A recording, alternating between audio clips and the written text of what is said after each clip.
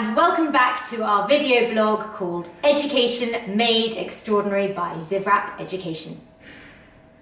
Today we're going to be talking about examinations versus growth.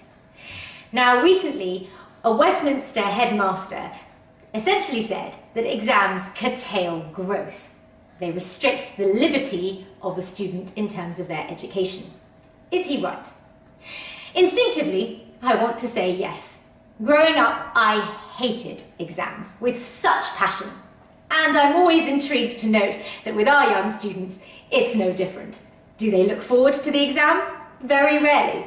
Do they enjoy the process of getting to the exam? It depends.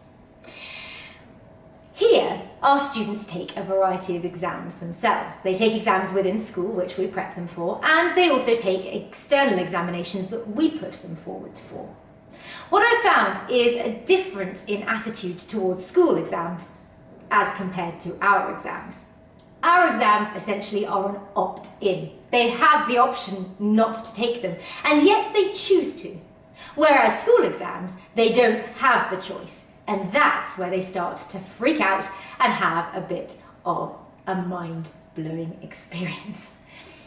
And generally, that leads to a greater amount of stress. So what is it about the exam culture that is so stressful? Number one, competition. Increasingly, exams have become more and more competitive as students push themselves, as students are pushed by parents, and as there are just generally more students in the general student sphere. So students feel much more under pressure to perform. And when your peers are doing so well and you feel as though you're not keeping up, that leads to a process of cracking. Number two, pressure. Parental pressure. There's a lot of it.